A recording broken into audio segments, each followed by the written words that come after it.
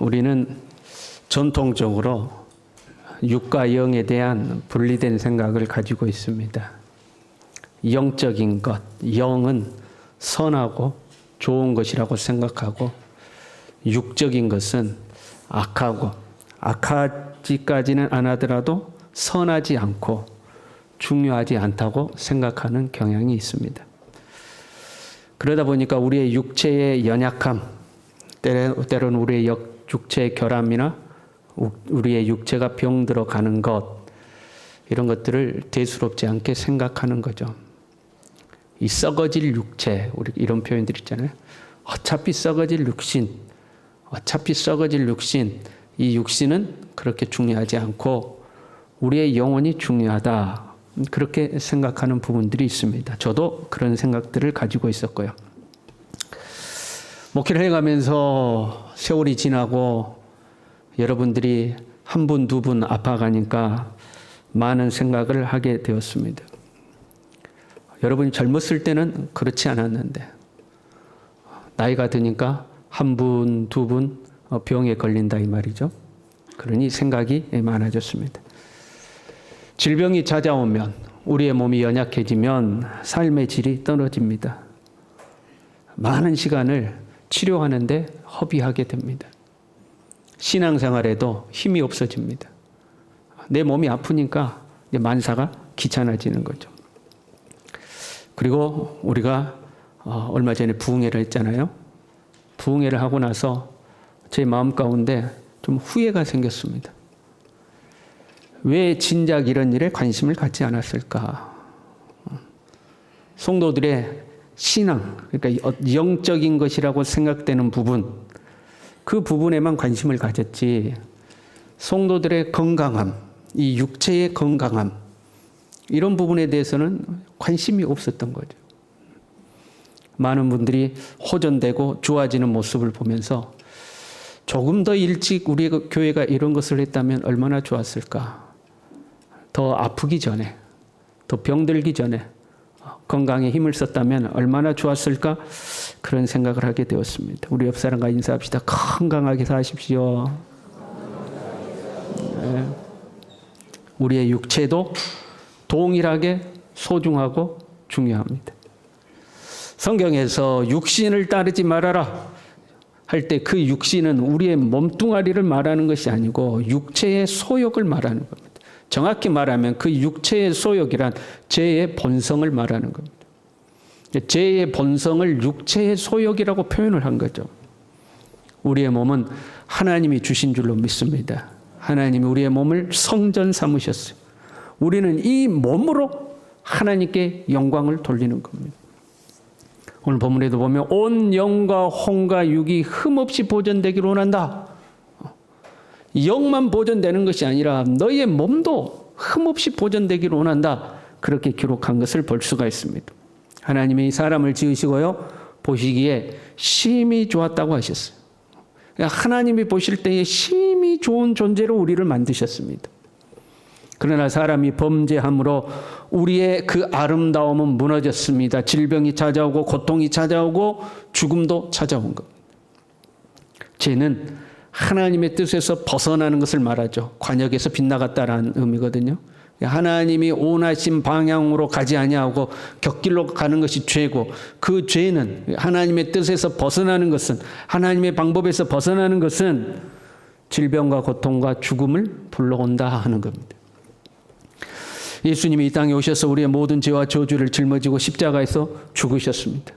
그가 찔림은 우리의 허물을 인하며 그가 상함은 우리의 죄악을 인함이라. 그가 징계를 받음으로 우리가 평화를 누리고 그가 채찍에 맞음으로 우리가 나음을 입었도다. 할렐루야. 우리가 예수님을 믿음으로 구원을 받는다는 것은 우리의 영혼의 구원뿐만 아니라 우리의 육체까지도, 또한 우리의 정신적인 영역, 불안과 염려에서부터, 걱정과 근심에서부터, 우리의 모든 나약함에서부터 치료함을 받는 거다 이 말이에요. 구원을 받는 거다 이 말이에요. 물론 어떤 부분은 하나님의 섭리에 속해 있는 부분이 있어요. 하나님의 섭리에 의해서 질병을 허락하십니다. 하나님의 그 높은 지혜를 쫓아서 우리에게 연약함을 허락하실 때도 있어요. 우리가 다 알 수 없는 하나님의 계획이 있어요. 그러나 근본적으로는 우리는 모든 저주에서 벗어난 줄로 믿습니다. 예수님이 십자가에서 우리의 모든 저주를 담당하셨어요. 우리는 모든 저주에서 벗어난 사람들이에요.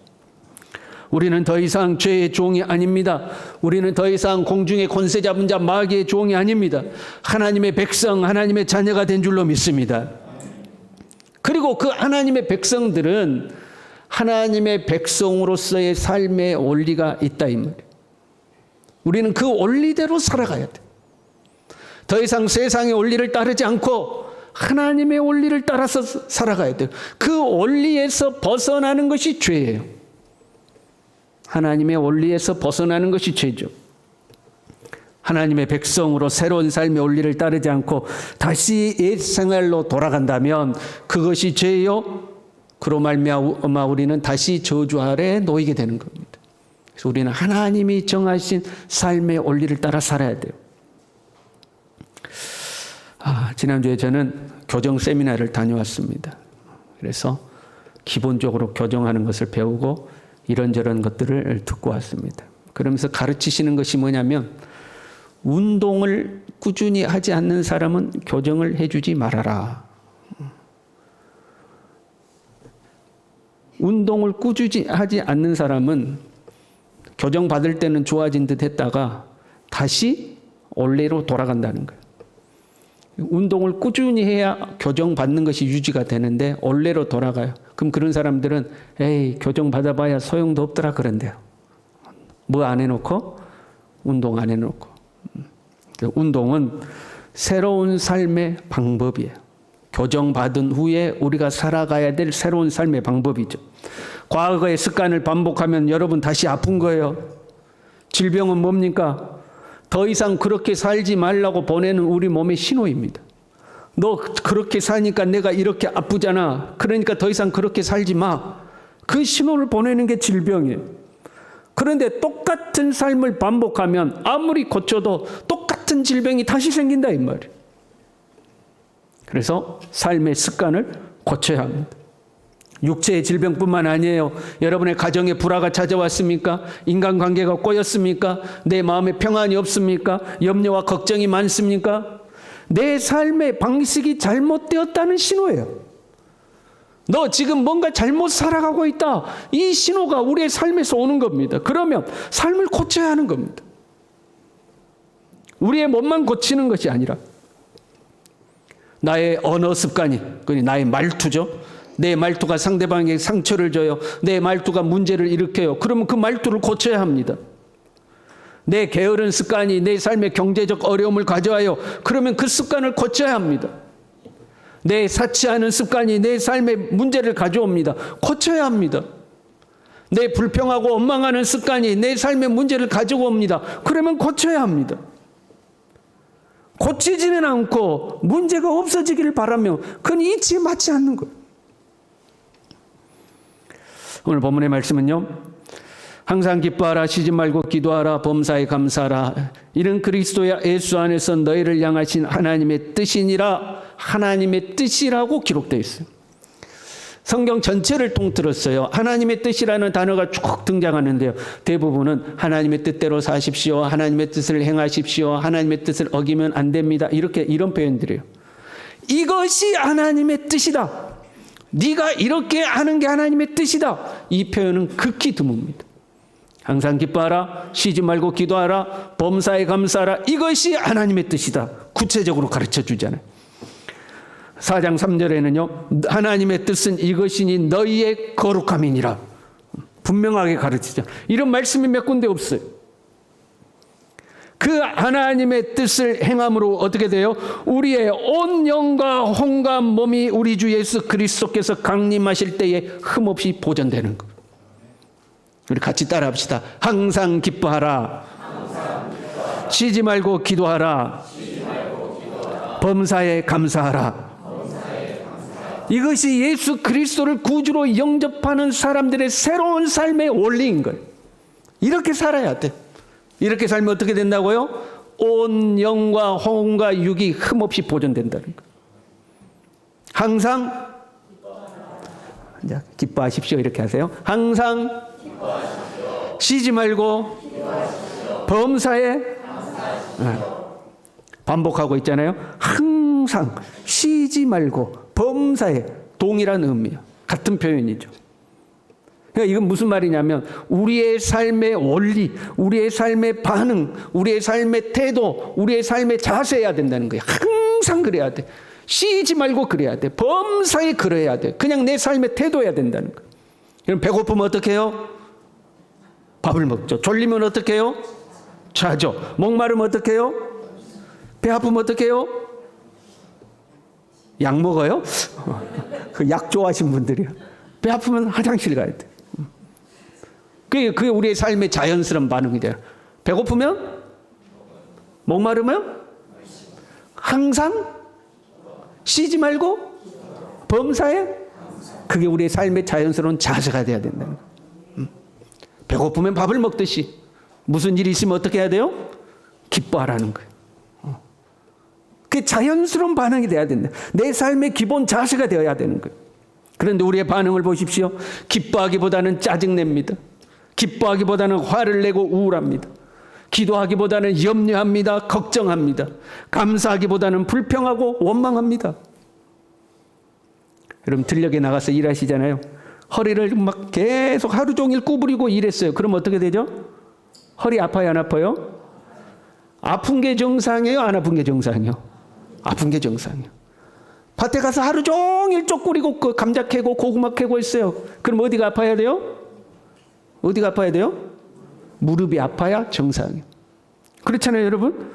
허리를 구부리면 허리가 아픕니다. 쪼꾸리면 무릎이 아프죠? 삐딱하니 살면 척추가 틀어지죠? 똑같은 거예요. 우리의 삶에 맨날 짜증을 냅니다. 맨날 화를 냅니다. 맨날 염려하고 걱정합니다. 맨날 불평하고 원망합니다. 반드시 삶의 문제가 생기게 돼 있다. 그것이 자연스러운 거예요.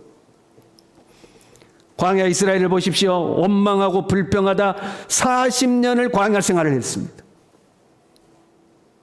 원망하고 불평할 바에는 차라리 말을 하지 않는 게 낫습니다. 입을 다무는 게 나아요. 그래서 가나안에 들어갈 때 첫 전투가 여리고 전투였는데 여리고 성을 하루에 한 바퀴씩 도는데 조건이 뭐예요? 절대 아무 말도 하지 말아라. 이렇게 돌아야 무슨 소용이 있냐, 이런다고 되냐, 별의별 말이 다 나오지 않겠어요? 아무 말도 하지 말라는. 여러분의 허리에 문제가 생겼어요? 허리 아프신 분들 있죠? 어떤 분들은 무릎에 문제가 생겼어요. 그러면 뭔가 자세가 잘못되어 있는 거예요. 이해가 되시죠, 여러분? 뭔가 내 삶의 자세가 잘못되어 있으니까 허리가 아픈 거예요. 뭔가 내 삶의 자세가 잘못되어 있으니까 무릎이 아프다 이 말이에요. 여러분의 가정에 불화가 생겼어요? 내 삶의 자세가 뭐가 잘못되어 있는 거예요. 인간관계가 자꾸 꼬여요? 내 삶의 태도가 뭔가 문제가 있다 이 말이에요. 바른 자세로 돌아가야 돼. 그 바른 자세가 뭐예요? 따라합니다. 여러분이 대답하세요. 항상 범사에 쉬지 말고, 그게 우리의 바른 자세여야 된다. 이 자세로 살아가면 우리의 삶에 문제가 없어지는 거예요. 사라지는 거예요. 항상 기뻐하시길 바랍니다. 빌립보서 4장 4절에 주 안에서 항상 기뻐하라. 내가 다시 말하노니 기뻐하라. 여러분 얼마나 중요하면 반복한 거예요. 기뻐하시죠. 다시 말하노니 기뻐하십시오. 항상 기뻐하라 명령입니다. 저절로 기뻐지는 게 아니다는 거예요. 의지적으로 기뻐하라는 거예요. 의지적으로 기뻐하라는 거예요. 그리고 이 기쁨은 겉으로 나와야 돼. 반응으로 나와야 돼요. 우리가 음식을 먹을 때 어떻게 먹죠? 자, 국을 한 그릇 탁 입에 탁 넣었어요. 그 다음에 어떻게 해요? 안 하는 분들은 사람이 아니야. 탁 이렇게 한 모금을 먹었어요. 맛있다 하고 계십니까? 그러니 어떻든가요? 음식이 맛있어져야 안 맛있어져요? 희한하죠? 똑같은 음식인데 맛있다 말하고 먹으면 진짜 더 맛있습니다. 속으로 생각하는 거하고 또 달라요. 말로 표현하고 맛있다고 먹으면 진짜 맛있어져요. 그래서 기쁨은 표현하는 거예요. 따라합시다. 같이 해봅시다. 맛있다. 좋다. 멋지다. 훌륭하다. 우리 옆 사람 보고 합시다. 멋있다. 표현하는 거. 누군가 옷을 새로 샀어요. 탁 입고 나왔어요. 그럼 어떻게 해야 돼요? 멋있다. 스스로도 거울 보고 탁 보고 기가 막히다. 기가 막히다. 누구 작품이냐? 복 많이 받으시기 바랍니다. 그래야 기쁨이 차오르는 거예요. 여러분 기쁨을 표현하시길 바랍니다. 병원에 가서 진통제 맞는 것보다 기뻐하는 것이 훨씬 효과가 크다는 거예요. 하나님이 사람을 그렇게 만들어 놓으셨다는 거예요. 사람의 기분과 감정에 따라서 몸에서 호르몬이 분비되는데 기뻐할 때 나오는 호르몬이 강력하다는 거예요. 잠언 15장 13절에요. 마음의 즐거움은 얼굴을 빛나게 하여도 마음의 근심은 심령을 상하게 하느니라. 잠언 17장 22절에요. 마음의 즐거움은 양약이라도 심령의 근심은 뼈를 마르게 하느니라. 기쁨이 양약이래요. 최고의 양이래요. 기쁨이. 합시다. 기분 좋다. 예배 마치고 가는데 아따 죽겠네. 진짜 오늘 예배 죽겠네. 서로 예배 시간에는 졸았을지라도 은혜가 충만하다. 그러고 하는 거예요. 그런 마음이 기뻐지는 거예요. 하나님이 사람을 만드실 때요, 우리의 뇌가 언어의 지배를 받도록 만들어 놓으셨어요. 그게 하나님의 속성이죠. 하나님이 세상을 뭘로 창조하셨어요? 말씀으로 창조. 말하는 대로 된다는 거예요. 우리는 그 하나님의 형상을 닮아 지어졌어요. 우리에게도 말하는 대로 되도록 하나님 만들어 놓은 거예요. 우리의 뇌가 듣는 대로, 내 소리를 듣든 남의 소리를 듣든지 듣는 대로 반응을 하는 거예요. 여러분 항상 기뻐하시길 바랍니다. 그게 무슨 말이에요? 항상 기뻐하라는 것은 항상 긍정의 말을 하라는 거예요. 무슨 일을 만나든지 항상 좋다, 괜찮아, 할 수 있어, 야 멋있다, 훌륭하다. 그때 우리에게 기쁨이 차오르는 거예요. 많은 분들이요, 우리 교회에서 교정을 받았어요. 우리가 부흥회 때에 1차로 교정을 받고 2차 교정받고 3차 교정을 받았어요. 호전되는 분들이 상당히 많이 있습니다. 우리 이미자 사모님 지금도 팔 괜찮아요? 올라가는 거 보시죠. 이게 이렇게 안 올라갔다고 이게 그래서 이렇게 올렸다고 이렇게. 근데 지금 막 이렇게 올라가잖아요. 우리의 몸만 교정받지 마시고 언어의 교정을 받으시길 바랍니다. 불평하고 원망하고 짜증하고 죽겠다고 그러고 못 살겠다고 그러고 우리의 언어에 기쁨의 표현들이 나오기를 간절히 바랍니다. 이 언어의 교정이 돼야 돼. 언어의 교정. 어디 아랫장 가서 이 혓바닥을 바꿀 수도 없고 딱 바꿔 끼우면 얼마나 좋겠어요. 그러나 마음에 가득한 것이 입으로 나온다고 그랬거든요. 항상 기뻐야 돼. 범사에 감사하시길 바랍니다. 기쁨과 감사는 한 짝이죠. 기뻐하면 감사하고 감사하면 기쁜 거 아니에요? 그러나 약간의 차이가 있어요. 여러분이 요리를 했어요. 그리고 탁 해가지고 김치찌개를 끓여가지고 탁 먹었어. 맛있다. 기뻐했잖아요. 그 다음에 뭐라 그래? 역시 나는 요리 솜씨가 최고야. 자기 자신에게 영광을 돌리는 거죠. 기뻐하지만 감사가 없는 거예요. 그렇잖아요. 맛있다. 그리고 하나님 감사합니다. 나에게 이렇게 요리를 잘하는 재능을 주셔서 감사합니다. 이 좋은 재료를 주셔서 감사합니다. 요리할 수 있도록 허락해 주셔서 감사합니다. 기뻐하고 감사하는 거예요. 다른 사람에게도 마찬가지요. 엄마가 김치찌개를 탁 해줬어요. 그럼 탁 먹고 맛있다. 엄마는 최고야. 그럼 감사를 표현하는 거잖아요. 그리고 나서 소금 좀 더 주라고 해도 돼요. 그러나 일단 엄마가 최고야. 감사를 표현하는 거. 감사는 내가 누리는 기쁨이 당신 덕분입니다. 그것을 표현하는 거. 그러면 나도 기쁘고 너도 기쁘고 하나님께 돌리면 하나님도 기뻐하시고. 범사에 감사하시길 바랍니다. 우리 옆 사람과 다시 인사합시다. 당신 덕분입니다. 감사합니다. 물론 우리의 삶에는 온치 않은 일들이 발생해요. 그럼에도 불구하고 우리의 반응은 감사여야 합니다. 명령형이거든요. 범사에 감사하라. 저희 집사람과 제가 가서 교정을 배워왔어요. 그래가지고 어제 저녁에 서로 교정을 해봤어요. 당신이 나부터 해주라고. 제가 이제 저희 집사람을 해주는데 부부지간에는 교정하는 것을 조심해야 될 것 같아요. 너무 세게 누르면 이게 오해를 살 수가 있어.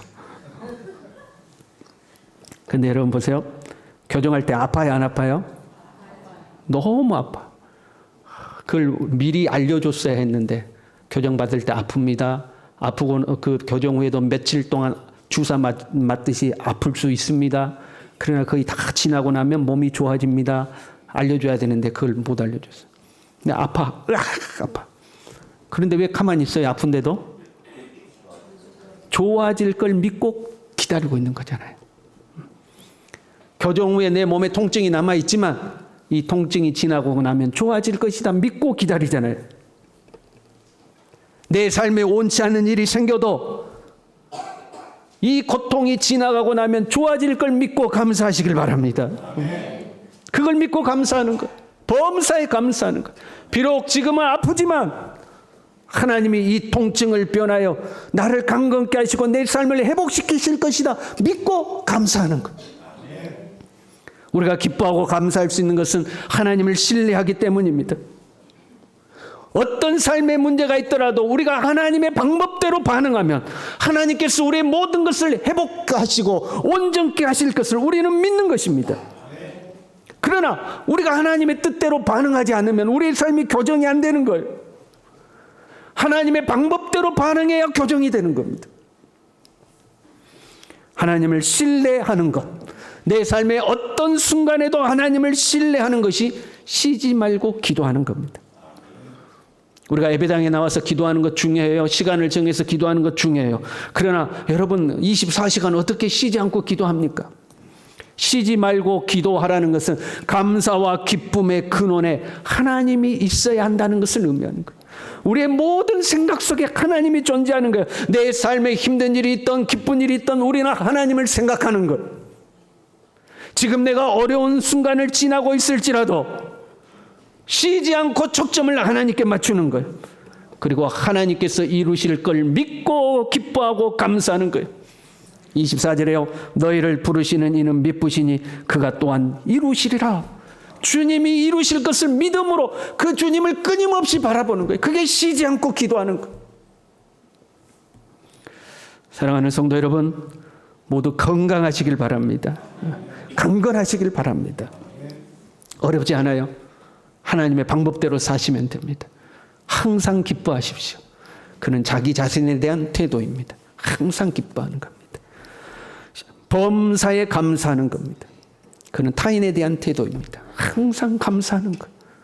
쉬지 않고 기도하는 겁니다. 하나님에 대한 태도입니다. 그렇게 살면 되는 거예요. 그럼 쉽잖아요. 같이 합시다. 감사하고 기뻐하고 기도하면 된다.